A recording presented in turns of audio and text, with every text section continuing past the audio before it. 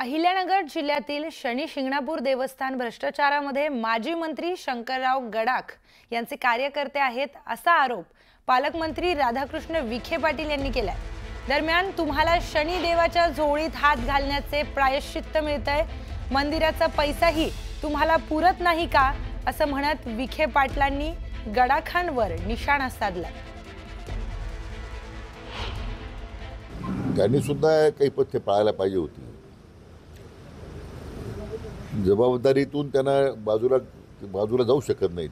ही सगळी जी भ्रष्टाचाराची पालमुळं जी आहेत आणि त्याच्यामध्ये सहभागी झालेले लोक जे आहेत ते त्यांचेच कार्यकर्ते आहेत। म्हणजे देवस्थानचा सुद्धा पैसे तुम्हाला पुरायला तयार नाही। राजकारणामध्ये तुम्ही लोकांच्यामध्ये गेलं पाहिजे, जनाधार मिळाला पाहिजे, पण तुम्ही ज्या शनी महाराजांच्या तुम्ही पेटीत हात घातला, झोळीत हात घातला, त्याचं प्रायश्चित्त तुम्हाला आता मिळतंय। पण मला वाटतं त्यात काय राजकीय भूमिका काही नाही आहे। शेवटी तुम्ही आधिपत्याखाली तुमचा ट्रस्ट सुरू होता, आज त्या प्रत्येक भ्रष्टाचाराची उत्तरं तुम्हाला द्यायची आहे।